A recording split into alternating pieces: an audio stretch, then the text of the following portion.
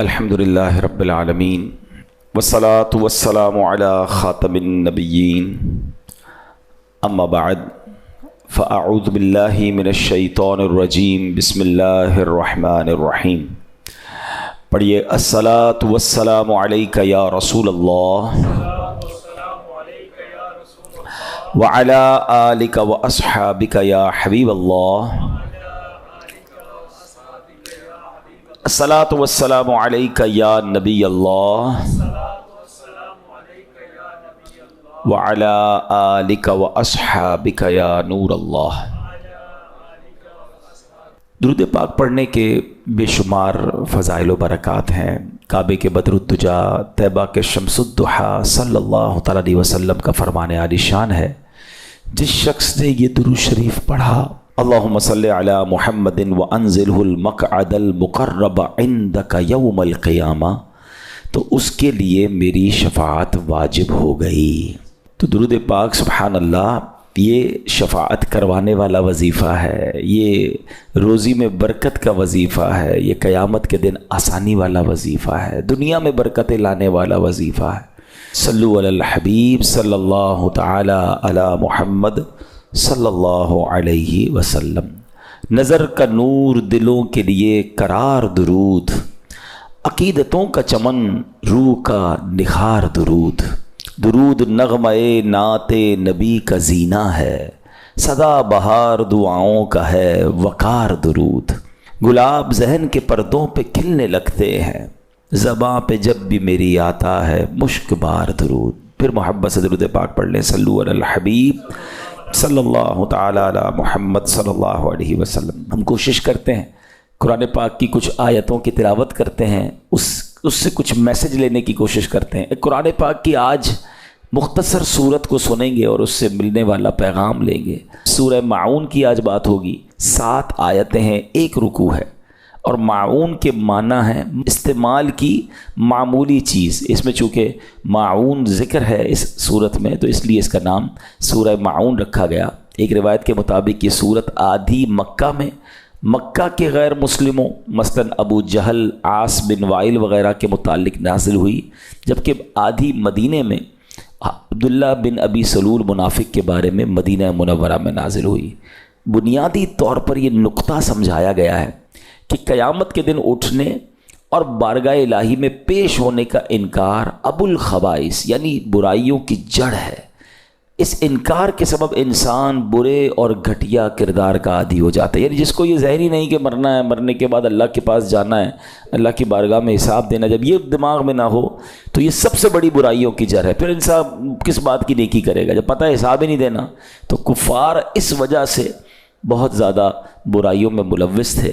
قیامت کے دن کا یہی انکار آدمی کو ظالم بناتا ہے۔ جو قیامت کا انکار کرتا ہے اس کے اندر سے انسانیت مٹ جاتی ہے، وہ انسان نما حیوان بن کر یتیموں، مسکینوں اور بے سہاروں پر ظلم ڈھاتا ہے، انہیں دھکے دیتا ہے۔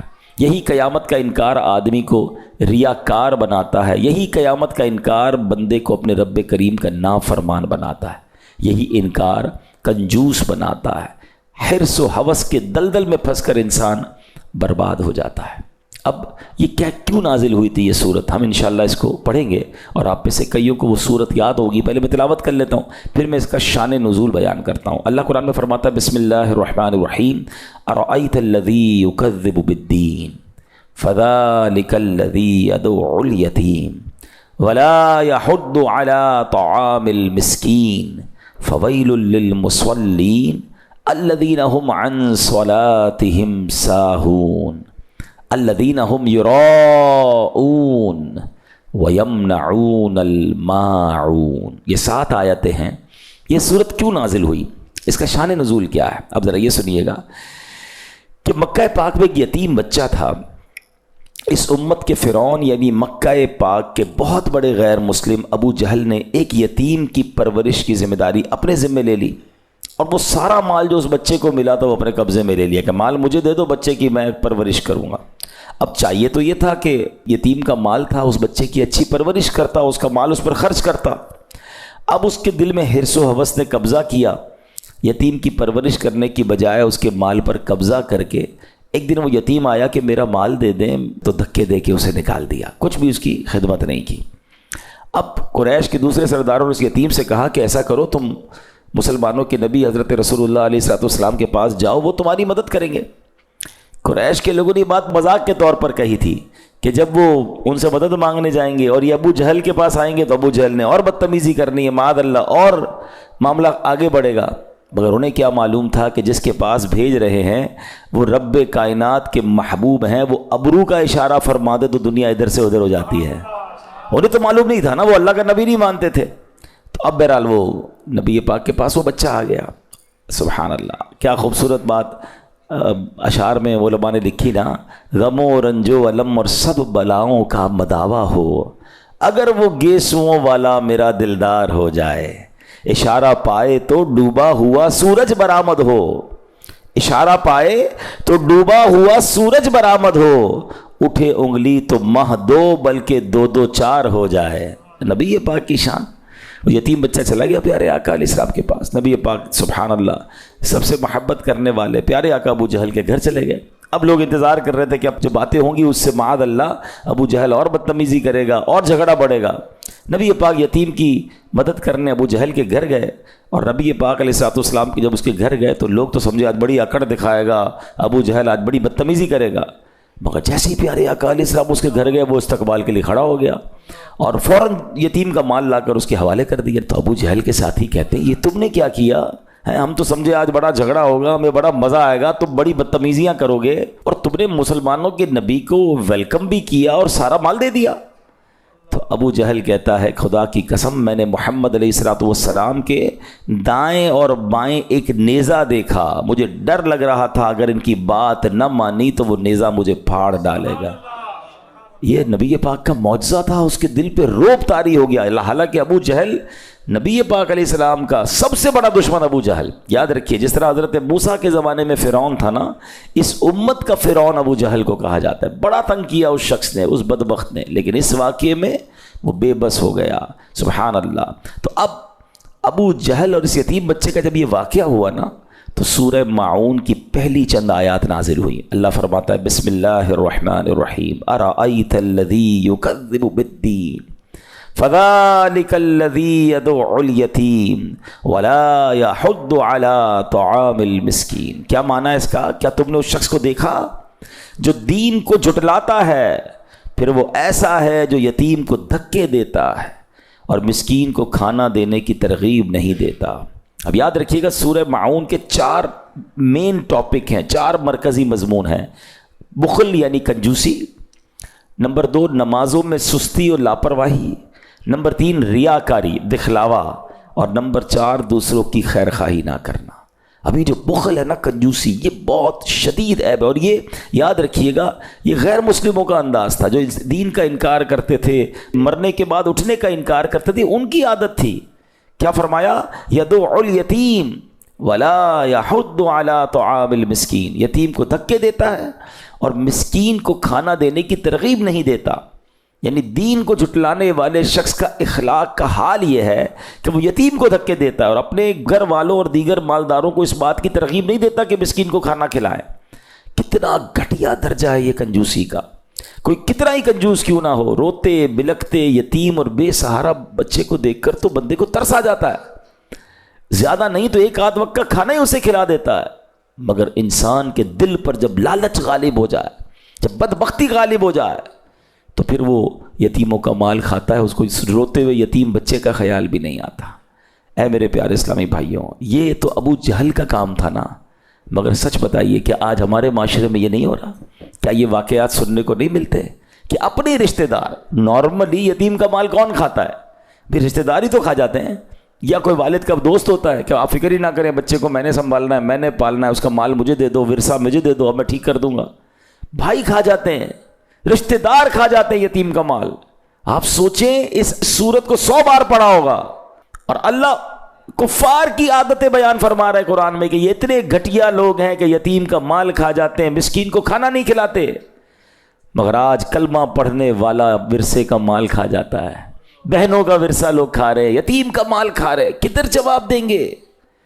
اے میرے پیارے اسلامی بھائیوں، یہاں تک علماء فرماتے ہیں کہ اگر کسی والد کا انتقال ہو، اب دیکھیے کتنی احتیاط ہے، اور اس کا ورثہ ظاہر ہے اب تو پیسے بچوں کے ہو گئے، گھر والوں کے ہو گئے، اس میں کوئی ایک نابالغ بچہ ہے، یتیم ہمیشہ نابالغ ہوتا ہے، یہ بھی یاد رکھیے گا۔ آپ کو 40 سال کا بوڑھا کہے میں یتیم ہوں، میں میرے ماں باپ انتقال کر گئے، تو پھر تو ہم تقریباً جتنے بڑی عمر کے لوگ ہیں سبھی یتیم ہیں، ہم میں سے کئیوں کے والدین چلے گئے ہیں۔ تو یتیم جب تک نابالغ ہوتا ہے وہ یتیم ہوتا ہے، یاد رکھیے گا۔ اب مثال کے طور پہ کسی کے والد کا انتقال ہوا اور اس کے بچوں میں سے کوئی ایک بچہ بھی نابالغ ہے، تو اب پیسے تو سب کے ہو گئے جو بھی انتقال ہوا اس کے، تو اب اس کے بچے ہوئے پیسوں میں سے اسی والد کے لیے یا والدہ کے لیے ایصال ثواب کا اجتماع نہیں کر سکتے، قرآن خوانی اور تیجا وغیرہ لنگر وغیرہ پہ جو خرچ ہوگا وہ نہیں کر سکتے، کیونکہ اب اس میں ایک یتیم کا مال بھی شامل ہو گیا ہے۔ تو احتیاط یہ ہے کہ پہلے سب کا مال الگ کر دیا جائے، اب جو بالغ ہے وہ کہے کہ میرے مال سے آپ جناب یہ نیکی کا کام کریں تو پھر کر سکتے ہیں۔ یعنی ایصال ثواب کے معاملے میں بھی یہ احتیاط کرنی ہوگی کہ یتیم کا چونکہ نابالغ ہے وہ اجازت دے نہیں سکتا، تو آپ اس کے مال سے خرچ نہیں کر سکتے۔ بالکل ایک احتیاط علماء یہ بھی بیان کرتے ہیں کہ آپ یتیم کو یا نابالغ کو تحفہ دے سکتے ہیں، مگر اس سے تحفہ لے نہیں سکتے، کیونکہ اس کا مال اس کو خرچ کرنے کی اس طرح اجازت نہیں ہے، اس کی پوری تفصیل ہے، ٹھیک ہے نا۔ تو یہ احتیاط بہت ضروری ہے، لیکن آج کسی کو فکر ہی نہیں ہے۔ حالانکہ قرآن یتیم کے مال کی احتیاط کیسے بیان کرتا ہے۔ اللہ فرماتا ہے بے شک وہ لوگ جو ظلم کرتے ہو یتیموں کا مال کھاتے ہیں اور وہ اپنے پیٹ میں بالکل آگ بھرتے ہیں، اور ان قریب یہ لوگ بھڑکتی ہوئی آگ میں جائیں گے۔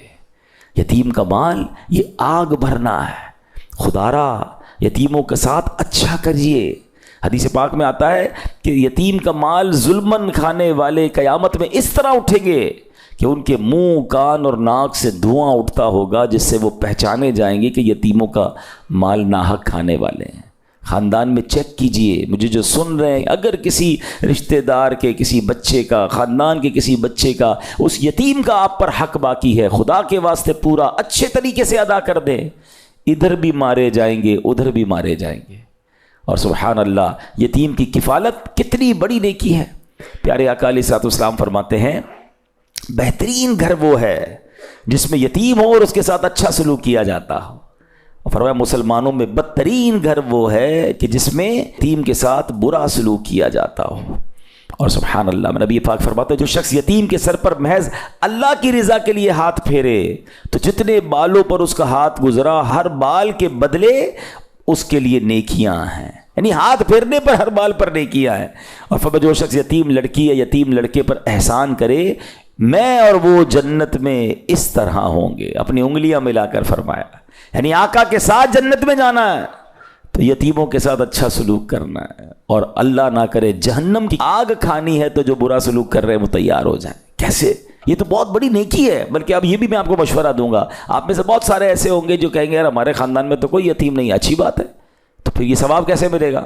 تو ثواب یوں ملے گا آپ کسی اور خاندان کے یتیم بچے کا خیال کر لیں، ہے رشتہ داروں میں ہوتا ہے، غریب بہت سارے لوگ ہیں، تو آپ ڈھونڈیں نا، کوئی ایسی فیملی ڈھونڈیں گے جس میں کوئی یتیم ہو، آپ اس کی کفالت کر لیں، کیونکہ جنت میں نبی پاک فرما رہے ہیں اس طرح ہوں گے۔ آپ کو خوشخبری بھی دے دیتا ہوں، الحمدللہ دعوت اسلامی شہر کراچی میں اللہ کی رحمت سے اسٹیٹ آف آرٹ یتیم خانہ بنا رہی ہے، اور انشاءاللہ ان قریب اس کا افتتاح ہونے والا ہے۔ جب وہ انشاءاللہ آن ہو جائے گا ہم آپ کو بتائیں گے کہ آپ بھی یتیموں کی کفالت کر سکیں گے۔ یہ وہ نیکی ہے جو کرنی چاہیے، اور کبھی کسی جو مسکین اور یتیم ہے اس کے ساتھ برا سلوک نہ کرے۔ ابو جہل کا انداز، اور ہم خود قرآن میں پڑھ رہے ہیں، بار بار سورہ معون پڑھتے ہیں کہ لعنت کی گئی جن لوگوں پر، ہم ان کا ذکر پڑھ بھی رہے ہیں، اور معاذ اللہ اگر وہ عمل ہمارے درمیان ہے تو یہ کتنی بری بات ہے۔ اچھا، یہاں جو ہاتھ پھیرنے والی بات ہوئی اس کی بڑی پیاری تفصیل مفتی احمد یار خان نعیمی فرماتے ہیں کہ جو شخص اپنے عزیز یا اجنبی یتیم کے سر پر محبت و شفقت کا ہاتھ پھیرے، اور یہ محبت صرف اللہ اور رسول کی رضا کے لیے ہو، تو ہر بال کے بدلے اسے نیکی ملے گی۔ یہ ثواب تو خالی ہاتھ پھیرنے پر ہے۔ جو مال خرچ کرے، اس کی خدمت کرے، اس کی تعلیم کا انتظام کرے، تو سوچے پھر اجر کتنا ہوگا۔ سبحان اللہ، سبحان اللہ۔ بلکہ ایک اور اس میں بڑی پیاری بات ہے کہ اگر کسی کو دل نرم نہ ہوتا ہو نا، بعض لوگ کہتے ہیں رونا نہیں آتا، دل میں سختی بڑی ہے۔ ایک بار ایک شخص نے نبی پاک کی بارگاہ میں دل کی سختی کی شکایت کی، تو پیارے آقا نے فرمایا کیا تو چاہتا ہے کہ تیرا دل نرم ہو جائے، تیری حاجتیں پوری ہوں؟ تو یتیم پر رحم کیا کر، اس کے سر پر ہاتھ پھیرا کر، اپنے کھانے میں سے اس کو کھلایا کر، ایسا کرنے سے تیرا دل نرم ہوگا، تیری حاجتیں پوری ہوں گی۔ جس کو لگے نا یار مجھے دعا میں رونا نہیں آتا، میرے دل میں سختی ہے، وہ نرمی نہیں ہے. یتیموں کے ساتھ اچھا سلوک جو ہے سبحان اللہ، یہ وہ عمل ہے جو دل کو نرم بھی کر دیتا ہے، حاجتوں کو بھی پورا فرماتا ہے. اچھا اس میں بڑی پیاری بات فرمائی، یہ بھی حدیث میں ہی ہے، لڑکا یتیم ہو تو اس کے سر پر ہاتھ پھیرنے میں آگے کو لائے، یعنی پیچھے سے ہاتھ کو آگے لانا ہے، ایسے ہاتھ پھیرنا ہے. اور جب اس کا باپ ہو یعنی بچہ یتیم نہ ہو تو پھر ہاتھ پھیرنے میں اوپر سے لے کے گردن کی طرف سے. یتیم بچے کے لیے جو طریقہ ہے وہ یہ بتایا گیا. بہرحال اللہ ہمیں یتیموں کے ساتھ بہترین عمل کرنے کی توفیق عطا فرمائے. اب اس صورت میں کفار کا ایک اور انداز کیا بتایا، الذین هم عن صلاتهم ساہون، جو اپنی نماز سے غافل ہیں. تفسیر نصفی میں ہے اس سے مراد منافقین ہے کہ جب وہ لوگ تنہا ہوتے ہیں تو نماز نہیں پڑھتے کیونکہ وہ اس کے فرض ہونے کا اعتقاد نہیں رکھتے، اور جب وہ لوگ سامنے ہوتے تو بڑے نمازی بنتے ہیں، اپنے آپ کو نمازی ظاہر کرتے ہیں، انہیں دکھانے کے لیے اٹھ بیٹھ کر لیتے ہیں. حقیقت میں یہ لوگ نماز سے غافل ہیں. اب قرآن میں یہ منافقین کا طریقہ بتایا گیا جو نماز سے غافل ہیں. الذین هم عن صلاتهم ساہون، جو اپنی نماز سے غافل ہیں. مگر سچ بتائیں آج مسلمان نماز سے غافل نہیں ہیں. کئی لوگ تو صرف جمعے کی نماز پڑھتے ہیں، جمعے کو مسجد میں آتے ہیں پھر اگلے جمعے آتے ہیں. یہ کیا ہے؟ کیا جمعہ ہی فرض ہے؟ باقی نمازیں فرض نہیں؟ نماز سب سے پہلا فرض ہے. اور یہ ہم منافقوں کا طریقہ پڑھ رہے ہیں جو نماز سے غافل ہیں. اچھا کچھ لوگ تو 5 ٹائم نماز نہیں پڑھتے. اچھا کچھ کیا کرتے ہیں، جب موڈ آیا پڑھ لی، آج 2 پڑھ لی، آج 3 پڑھ لی، کبھی کہتے ہیں یار باقی تو نمازیں پڑھ لیتا ہوں، فجر میں آنکھ نہیں کھلتی. یہ کتنی بڑی غفلت ہے کہ آپ کہہ رہے ہیں کہ ہماری فجر میں آنکھ نہیں کھلتی. انہی سے میرا ایک سوال ہے، کبھی صبح 7 بجے آپ کی فلائٹ ہو تو آنکھ نہیں کھلتی؟ آپ کہتے ہیں نہیں پھر تو 4 بجے ایئرپورٹ پہنچ جاتا ہوں، 2 الارم بھی رکھتا ہوں، گھر والوں کو بھی کہتا ہوں. کبھی صبح ٹرین ہو آپ کی وہ کبھی چھوٹتی ہے، کبھی آپ کی آفس کی کوئی اہم میٹنگ ہو مارننگ میں وہ چھوٹتی ہے. اس کا مطلب وہ نہیں چھوٹتی، اس کے لیے آنکھ کھلتی ہے. ایمبیسی میں انٹرویو ہو، لوگ صبح جا کے لائن میں لگ جاتے ہیں. ہر چیز کی پریورٹی ہے، ترجیح ہے، پریورٹی نہیں ہے تو نماز کی نہیں ہے. کیسے بندہ کہتا ہے میری نماز میں آنکھ نہیں کھلتی؟ اس کا مطلب نماز کی اہمیت نہیں ہے آپ کے نزدیک. باقی دنیا کے کام کے لیے سب کی آنکھ کھلتی ہے. صبح رات کو کبھی جائے، رات کو 3-4 بجے ایئرپورٹ پہ رش لگا ہوا ہے، کیا سب کی آنکھ کیسے کھل گئی؟ مسجد میں کیوں رش نہیں لگا ہوا؟ کیونکہ وہ فلائٹ ہے یار، مس ہو جائے گی تو نقصان ہو جائے گا، خرچہ ہو جائے گا، فلاں پرابلم ہو جائے گا. اٹ مینز آپ کے نزدیک وہ فلائٹ، وہ ٹکٹ ضائع ہونا وہ زیادہ اہمیت ہے. اللہ کی قسم کروڑوں روپے ایک طرف ہے، ایک نماز قضا ہونا کا گناہ جو اور اس کا عذاب و نقصان ایک طرف ہے. مگر وہ احساس تو ہو. کتنی بڑی بد نصیبی ہے کہ روزانہ صبح الارم رکھتے ہیں لوگ اسکول کا، بچے کی اسکول کا الارم ماں رکھے گی، باپ اپنے آفس کا الارم رکھے گا، نہیں رکھے گا تو فجر کا الارم نہیں رکھے گا. وہ کیسی صبح ہے کہ صبح ہوئی، اسٹارٹ آف دا ڈے میں اللہ کو ناراض کر کے اٹھ رہا ہوں. یعنی جس کا ابتدا ہی دن کی رب کو ناراض کر کے اٹھنے کی ہے تو اس کا دن کیسا گزرے گا، اس سے رب کیسے راضی ہوگا. اور یہ تو میں صرف فجر کی بات کر رہا ہوں، لوگوں کی تو ظہر بھی قضا ہو رہی ہے، عصر بھی قضا ہو رہی ہے، مغرب عشاء. کیا کریں، کاروبار میں بیزی، کیا کریں دوستوں میں بیزی، فیملی میں بیزی. کمال ہے یار، پورے دن میں 5 نمازوں میں ٹائم کتنا لگتا ہے. اور اگر اس کی برکتوں پہ میں بات کروں نا، معراج کی رات کا تحفہ نماز ہے. نماز مومن کی معراج ہے. اللہ اکبر. میرے آقا نے معراج کی رات رب کا دیدار کیا، اور جو 5 وقت کا نمازی ہوگا انشاءاللہ اسے قیامت کے دن اللہ کا دیدار کرایا جائے. ہمارا دل نہیں چاہتا رب کو دیکھنے کا؟ پڑھے نا نماز کیسے قضا ہو جاتی ہے.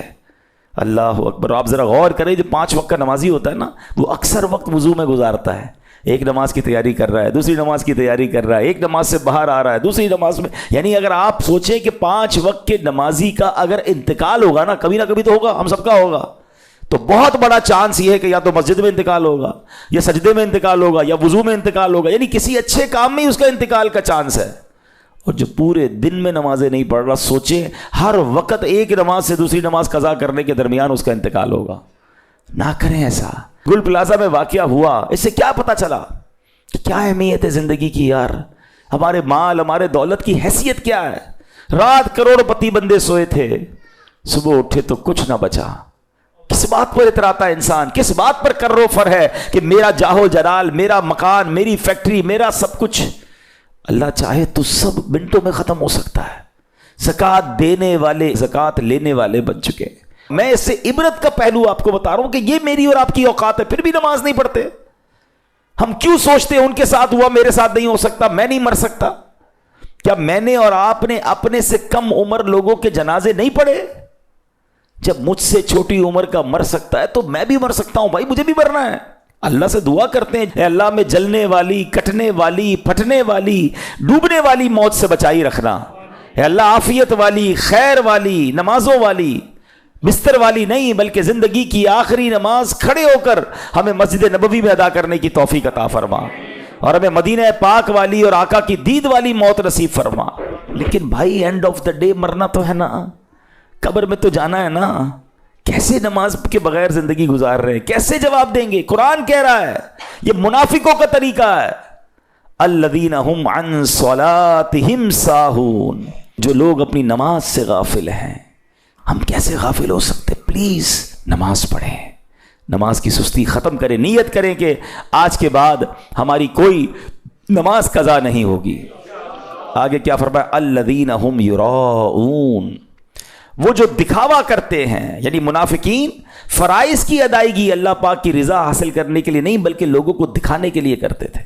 آج بھی یہ وبا عام ہے، نیکی کرنی ہے لوگوں کو دکھانا ہے، نیکی کر پہلے کہتے تھے دریا میں ڈال، اب نیکی کر فیس بک پہ ڈال، سوشل میڈیا پہ ڈال، لوگوں کو بتانا ہے۔ ریاکاری کی تعریف یہ ہے کہ اللہ کی رضا کے علاوہ کسی اور ارادے سے عبادت کرنا، یہ ریاکاری۔ لوگ مجھے نمازی کہیں، لوگ مجھے حاجی کہیں، لوگ مجھے سخی کہیں، میری واہ واہ ہو جائے، اس کا مطلب you are not making worship because of اللہ سبحانہ و تعالی۔ آپ اللہ کے لیے نہیں کر رہے، آپ لوگوں کے لیے کر رہے۔ خود اپنے دل سے پوچھیں، نیکی کر کے کیوں جی چاہتا ہے کہ لوگوں کو میں بتاؤں، میں ذرا ڈالوں سوشل میڈیا پہ، پھر دیکھوں کتنے لائکس آئے، کتنے سبحان اللہ، کتنے زبائی۔ خود سوچیں یار، ایکچولی ریاکاری سے جو بچنے کا طریقہ ہے نا، اپوزٹ آف ریاکاری اخلاص ہے، اور اخلاص ایکچولی اخلاص از دا کی آف قبولیت، قبولیت کی چابی ہے، ایکسیپٹنس کی چابی ہے۔ اور وہ کیا ہے؟ طریقہ بتایا علماء نے کہ اخلاص یہ ہے کہ جس طرح بندہ اپنے گناہوں کو چھپاتا ہے اس طرح اپنی نیکیوں کو چھپائے۔ ہم میں سے کون ہے جو چاہتا ہے میرے گناہ لوگوں کو پتہ چلے؟ کوئی نہیں چاہتا۔ نیکیاں سب کو پتہ چلنی چاہیے۔ 15 سال پہلے حج کیا تھا وہ 1500 لوگوں کو بتا چکے ہوں گے، کل جھوٹ بولا تھا وہ بتائیں گے کسی کو، آج صبح موبائل پہ کچھ دیکھا تھا وہ بتائیں، وہ نہیں، وہ پتہ نہ چلے۔ 15 سال پرانا میں حاجی، میں نمازی، میں حافظ۔ میں نہیں کہتا یہ کرنا گناہ ہے، نیت سوچیں اپنے دل میں کیا ہے۔ کسی حاجی کے بارے میں سوچنے کا نہیں کہہ رہا، اپنے بارے میں سوچیں۔ ہو سکتا ہے کوئی اچھی نیت سے بتا رہا ہو، ہم کسی پر الزام نہ لگائیں، اپنے آپ کو تو چیک کریں نا، کیونکہ قرآن کہتا ہے الذین هم یراؤون، وہ جو دکھاوا کرتے ہیں۔ ہائے ہائے ہائے۔ اور اب آخری بات، قرآن کیا کہتا ہے ہمیں سمجھنا ہے، وَيَمْنَعُونَ الْمَاعُونَ، اور برتنے کی معمولی چیزیں بھی نہیں دیتے۔ معاون کا مطلب ہے معمولی استعمال کی چیزیں، مطلب یہ کہ منافقین اتنے کنجوس، بے حس اور بے پرواہ ہیں کہ اگر کوئی ان سے عام استعمال کی معمولی سی چیز بھی مانگ لے تو یہ دینے سے انکار کر دیتے ہیں۔ علماء کرام فرماتے ہیں مستحب یہ ہے آدمی اپنے گھر میں ایسی چیز اپنی حاجت سے زیادہ رکھے جن کی ہمسایوں کو ضرورت ہوتی ہے کہ انہیں ادھار دیا کرے۔ حدیث پاک میں آتا ہے، حضرت عائشہ صدیقہ فرماتی ہیں میں نے عرض کیا یا رسول اللہ علیہ السلام کون سی چیز جس کا منع کرنا حلال نہیں ہے، یعنی کوئی مانگے تو منع نہیں کرنی چاہیے، فوراً دینی چاہیے؟ تو فرمایا پانی، نمک اور آگ۔ اور اس کی وجہ کیا فرمائی؟ کہتے ہیں حضور پانی کا حکم، پانی تو سمجھ آ گیا کہ کوئی بھی مانگے اسے پلا دے، آگ اور نمک سے کیا مراد ہے؟ حکم کیوں ہے؟ فرمایا جس نے کسی کو آگ دی گویا اس نے اس آگ سے پکا ہوا سارا کھانا خیرات کر دیا۔ پہلے زمانے میں لکڑی وغیرہ دیتے تھے لوگ، آگ لگاتے تھے، یعنی اس کے چولہے کا اگر آپ نے انتظام کر دیا، اس چولہے پہ جتنا کھانا بنا سب آپ نے خیرات کیا۔ فرمایا جس نے کسی کو نمک دیا اس نے گویا وہ سارا کھانا خیرات کیا جس کھانے میں نمک کی وجہ سے لذت آئی ہے۔ ہائے ہائے ہائے۔ اور صرف پانی پلانے کی فضیلت کیا ہے؟ فرمایا جس نے کسی مسلمان کو ایک گھونٹ پانی وہاں پلایا جب پانی عام ملتا ہے، نارمل پانی ملتا ہے، تو اسے غلام آزاد کرنے کا ثواب ہے۔ اور جس نے کسی مسلمان کو وہاں ایک گھونٹ پلایا جہاں پانی نہ ملتا ہو تو اس نے گویا اسے زندگی بخشی۔ نارمل پانی پلانے کا ثواب اتنا ہے، اور جہاں پانی نہیں وہاں پلانا۔ مگر ادھر دل ہی نہیں چلتا، اللہ کی راہ میں خرچ نہیں کرتے لوگ، اپنی زکوٰۃ پوری نہیں دیتے۔ کنجوسی بھی منافقین کا اور کفار کا انداز ہے۔ تو اے میرے پیارے اسلامی بھائیوں، آج سورہ معون ہم نے سنی، اس کی تفسیر سنی، کفار کی عادتیں سنی۔